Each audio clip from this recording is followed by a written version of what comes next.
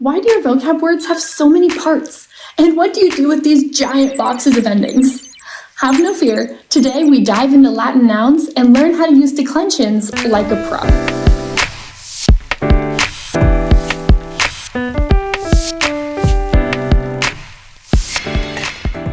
Salve omnes, I'm Jordan Kay, a Latin tutor, teacher, and medalist with a mission to make Latin fun, because I believe it really is. Today, we're diving into Latin nouns, why they look like that, and how they work. Spoiler alert, they use these things called declensions, which can look really scary when you first see them, but I promise, once you get to know them, they're actually quite nice. Throughout this video, I'm going to be using terms like subject, direct object, indirect object, and if you don't know what those are, don't worry. I have a whole video about the 5 keys of English grammar you need to know to unlock Latin. So jump over there first so you can get the keys you need to unlock this next step of Latin nouns. Let's go ahead and start by looking at a Latin noun that might appear in your vocabulary. Iota, iodai, masculine. Okay, so maybe that word exactly won't appear in your vocabulary, but my vocab lists are often a bit more fun. But I guarantee if you're looking at your first declension nouns, they're going to follow the same pattern. They might be written out as Yoda, Yodai, M, or maybe abbreviated to Yoda, I, M. That all depends on the curriculum you're using, and I really hope that your curriculum chose the longest form possible. Not because I'm mean, because the Romans knew what they were doing when they condensed all the information about a word into 3 parts. And even though it's a little long, every part is important. And even if they don't all come into play right now, they will very soon. Take it from someone who liked to abbreviate their vocabulary words as much as possible, sometimes writing down just the first part, and then getting in a lot of trouble later when I didn't have the information I needed to translate a sentence properly. So let's just memorize all 3 as they come and know that I will always use the longest form possible in my videos. Yoda, Yodai, M. Let's start by labeling these parts so you can understand them a bit more. The first part of any Latin noun you get will be the nominative singular. The second part of any noun you get will be the genitive singular. And the third part, that letter, represents its gender. Now, some of the note takers out there might recognize the term nominative and genitive. Nominative was the Latin word for subject, and genitive was the Latin word for possessive. That means that whenever you get a new Latin noun, it is showing you 2 of the ways it can be spelled. Remember, when a Latin noun changes its spelling, it also changes its job in the sentence. So it's showing you how to spell it to be the subject, the nominative singular, or the possessive, the genitive singular. The gender is its own thing. I'm not going to jump into that rabbit hole right now, but know that it is important to know which of the 3 genders your Latin noun is: masculine, feminine, or neuter. Memorize it, please. I'll be asking you about them soon. Now that you already know how to put any of your vocabulary words as the subject or possessive of your sentence, you may be wondering where those other 3 keys are. That is where a declension comes in. A declension is a fantastic decoding device that gives you all the endings you need to put your vocab word as any part of the sentence.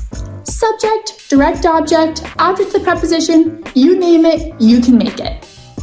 But how do you know how to change the ending? We can find that from our vocab word as well, because it all starts by knowing what declension a word belongs to. So how do I know which declension a noun belongs to? Well, think of a noun like a key and a declension like a chest. One key only unlocks one chest, just like one noun will only unlock one declension.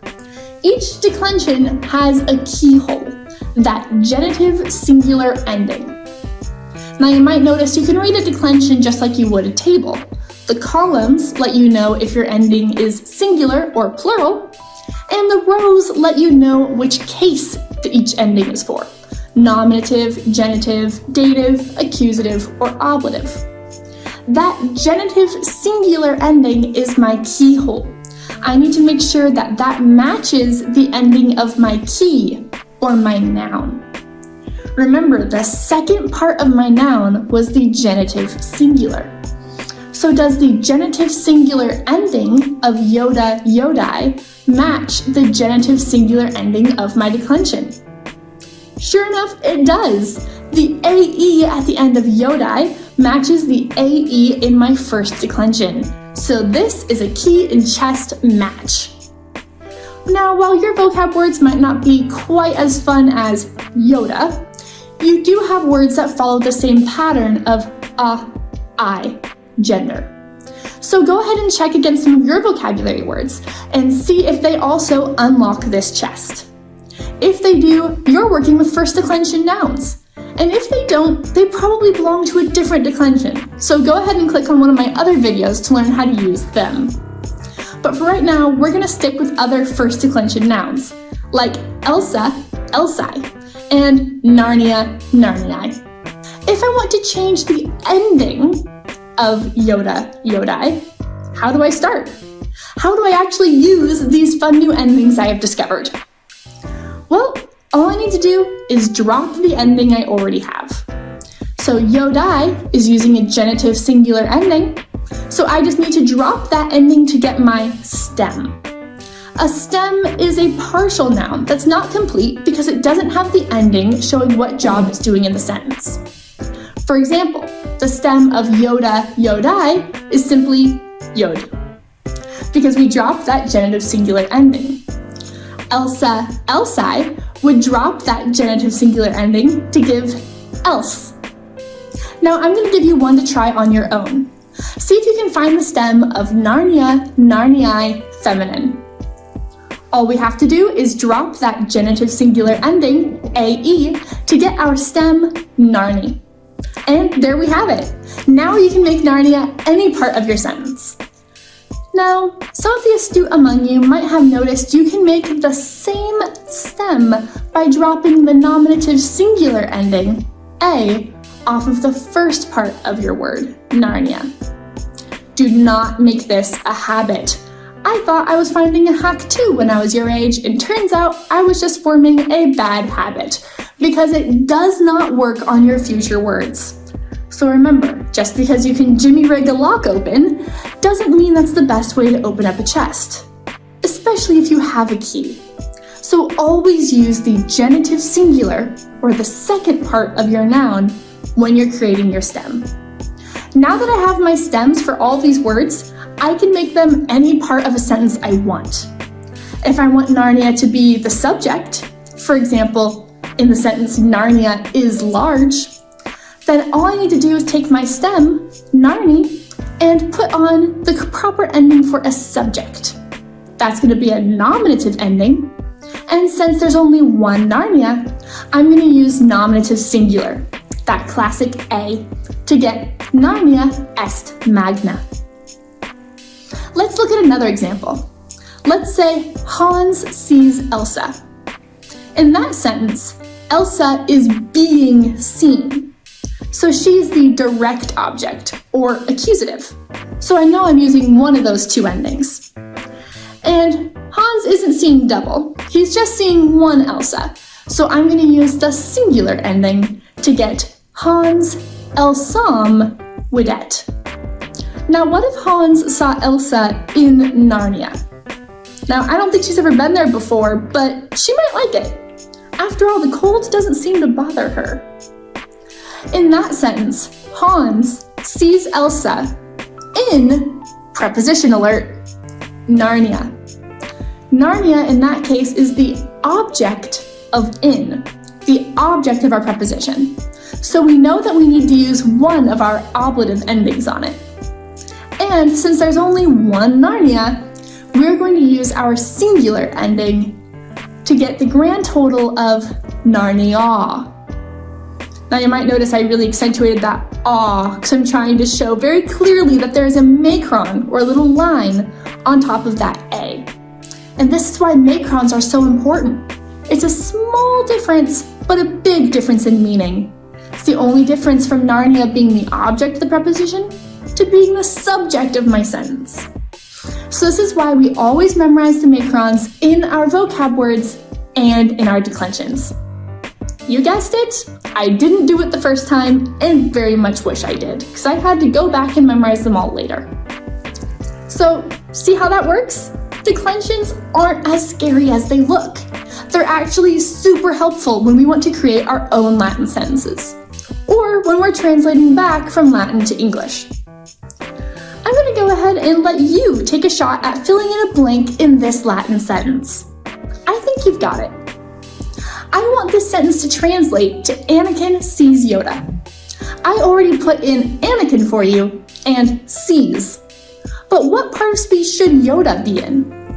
If Anakin sees Yoda, Yoda is being seen, meaning he is our direct object, or accusative. So I'm going to take my stem, yod, and add one of these two endings. Now, he's only seeing one Yoda, so I need to look at my accusative singular ending, am. That gives me Anakin Yodam Widet. And just like that, you're already becoming a Latin master. You're translating from English to Latin, and that will help you easily translate back from Latin to English. The more you practice with your declensions, the easier this will become. Here's a quick and easy game you can play with any word in your vocabulary list. You just need a coin, a die, and a pen and paper. Go grab them real quick. Alright, now that you have them, take out your paper and write the numbers 1 through 6. On 1 through 5, write your 5 cases: nominative, genitive, dative, and so on. And then write what each one does. Then for number 6, you can either write roll again or choose your own, depending on how you want to play. If you're playing with a partner, you can even make it be skip turn. Then write down that heads equals singular and tails equals plural. Here's how the game works. Take any vocab word. I'll take Yoda Yodai, as it seems to be my favorite this episode. I'm going to go ahead and roll the die and flip the coin. It looks like I got a 2 on my die and a tails with my coin. So I need to put Yoda Yodai into the genitive plural. Well, that would be my stem, yod, plus my ending, autumn, yodarum. And now I have to come up with an English sentence where Yoda would be in the genitive plural. Let's say, I stole the cookie of the Yodas. It doesn't make a lot of sense, but it is grammatically correct. This cookie is apparently owned by a clan of Yodas, and I stole it. In that case, I came up with a sentence, so I can roll again. Let's say I get a 5 with my die and a heads with my coin. Well, now I need to put Yoda in the ablative singular, which would give me Yoda. An English sentence with Yoda in the ablative singular would be Luke trained with Yoda. And it's that easy. Go ahead and repeat this game as much as you want until first declension is fully ingrained in your mind, and you know it better than the back of your hand. Preferably much better than the back of your hand, because I never understood that phrase, and I don't know the back of my hand at all. If you're looking for other ways to practice besides just this game, check out the description below for my custom worksheets, which use the same fun vocab and gives you chances to practice finding Latin noun stems, putting the right endings on nouns, filling in the blanks in sentences, and full-on translating sentences. Trust me, you're ready. And I always provide a full, fun vocab list, so it doesn't matter what curriculum you're using. And if you're ready to see how second declension is different from first declension, go ahead and click on that video and get started. Volete omnes.